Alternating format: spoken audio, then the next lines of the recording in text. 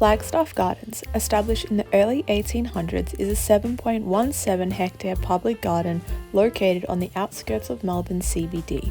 Neighbouring Queen Victoria Market, the gardens are situated amongst four popular Melbourne streets, providing convenient and easy access for pedestrians, locals and tourists to visit.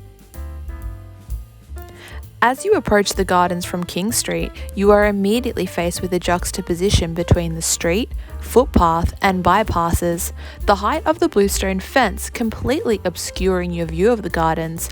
You can see that the main point of focus for Flagstaff Gardens is the topography of the site itself, and thus any individual curious about the historical uses of the gardens will understand that the height of the hill is reflective of how the early settlement made use of it to their benefit in the 1830s. As you walk up the stairs to approach the first set of footpaths from the King Street entrance, an autumn Melbourne morning sees many people from the local community using the gardens for their daily exercise. And although there is a handful of people spread out through the park, the vibe is very separated. To elaborate on this, you certainly do feel the seclusion from the busy streets of Melbourne's west.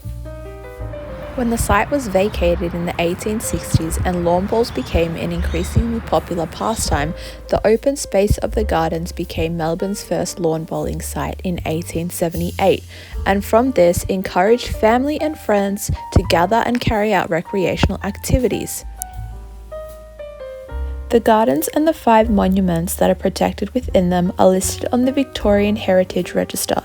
The first monument we see is the bronze sundial located towards the Latrobe Street entrance. The sundial was created to symbolise the connection between the sun, earth and passage of time. The cement-rendered sandstone monument was reconstructed in 1947.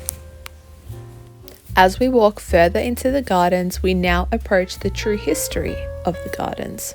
Prospect Hill, Burial Hill, Flagstaff, Observatory Gardens, and today what we know as Flagstaff Gardens is one of the earliest public parks to occupy West Melbourne, serving as a cemetery for the early settlement between 1836 and 1837. It is believed that the grounds are still home to the 7 bodies buried there, as there is no evidence of their being exhumed. Here we are approaching the Pioneers Memorial, marking the spot of the earlier Burial Hill. Tourists and locals can pay their respects to the sandstone memorial that stands as a monument directly in front of Flagstaff. In 1838, the rapid growth of the early settlement saw a need for a larger burial site, so the grounds were vacated and the name Flagstaff Hill soon became reflective of the ground's new purpose.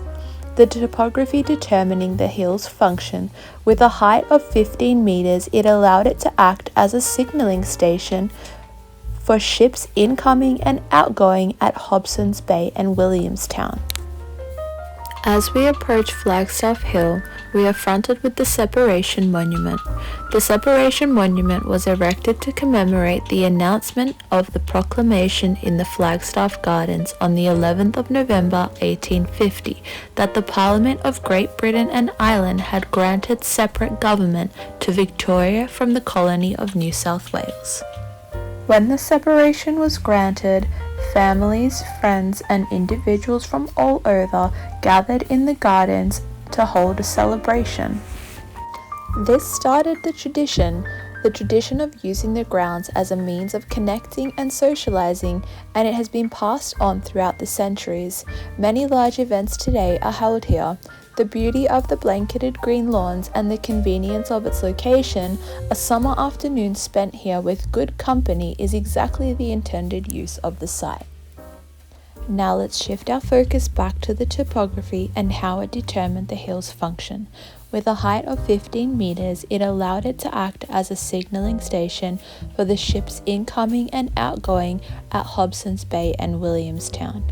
Due to the underdeveloped level of technology at the time, the hill communicated by displaying coloured flags reflective of the ship's country of origin to inform civilians of their arrival and departure.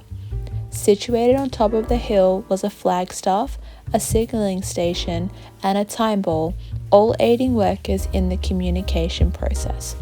After 14 years of operations, the signalling station and Flagstaff Hill was made redundant thanks to the technological advancements such as the telegram. Further construction on the hill took place, seeing 4 additional buildings being built, and in 1857 opened the colony's first observatory station under the supervision of Bavarian scientist George van Nieuwmeyer.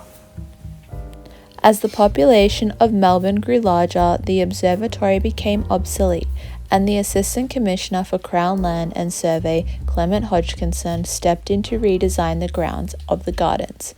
In 1860, the garden-esque design was introduced, and from what we see today, the layout of the footpaths, many of these still reflect the changes made between the 1860s to 1920s. Fast forward almost 200 years, and Melburnians today will use the park for recreation, as a gathering point, or a moment of respite from their busy lives, surrounded by the mellow ambience of the ground. Finally, to conclude, Flagstaff Gardens is a major historical site of settlement. It belongs to the early settlers, the individuals who first settled on this land and whom have created this site of permanence for Melburnians to use as a place to come together in unity, to not also celebrate current events, but to reflect on the people that once were. There are many informative sources on the history of Flagstaff, but the beauty of it is not able to be described through words. It is a place that will forever be remembered in the history of Melbourne.